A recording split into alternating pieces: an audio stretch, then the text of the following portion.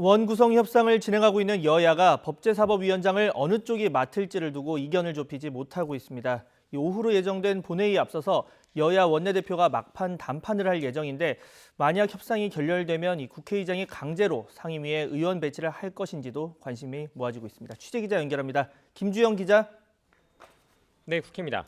네, 지금 여야가 원구성 협상과 관련해서 아침 회의에서부터 신경전을 벌였습니다. 어떤 말이 오갔습니까? 네, 법제사법위원장을 누가 맡을지를 두고 한 발도 물러서지 않고 있는 여야. 현재 각각 법대로 해야 한다, 반대로 관행을 무시하는 것이냐고 대립하고 있는데요.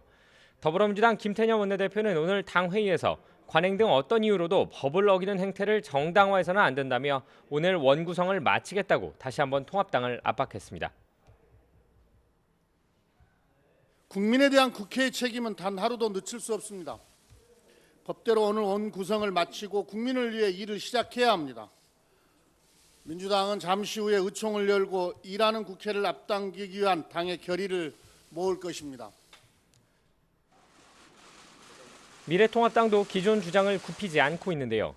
통합당 주호영 원내대표는 오늘 아침 당 비대위 회의에서 처음부터 원구성 협상은 없고 원구성 협박만 있었다면서 법사위를 내놓지 않으면 18개 모든 상임위를 가져가겠다는 여당의 주장은 입법 독재의 선전포고라고 비판했습니다. 무엇이 두렵고 무엇을 감출 것이 그래 많은지 법사위원회를 집착하고 있습니다. 합의해주면 나누어주고 합의 안 해주면 몽땅 다 가지고 가겠다는 것은 국회 독재, 입법 독재의 선전포고나 다름이 없다고 생각을 합니다. 이와 관련해 주 원내대표는 상임위 배정보다 각 위원회의 위원 정수를 정하는 것이 먼저라고 주장했고 의장실에 관련된 촉구안을 제출했습니다.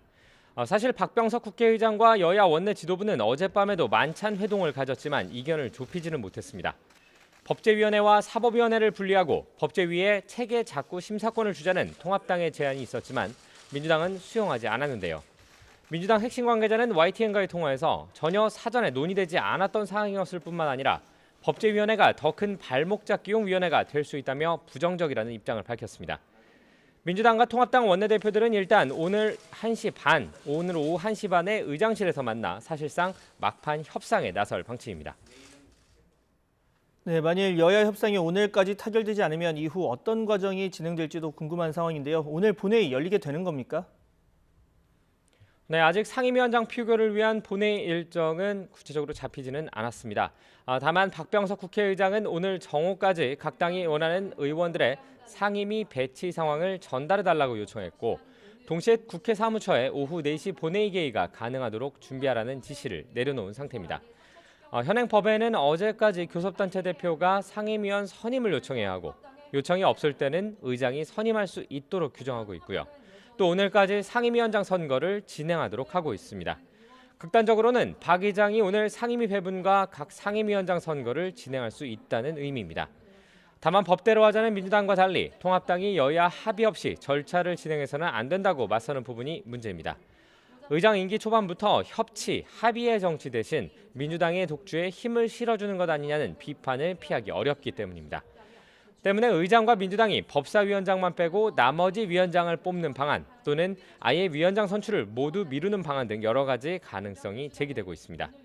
결국 여야가 어떤 선택을 하느냐에 따라 21대 국회가 초장부터 극단적 대립 정치로 나아갈지 아니면 협치의 정치를 실현해 나갈지 결정될 전망입니다. 지금까지 국회에서 YTN 김주영입니다.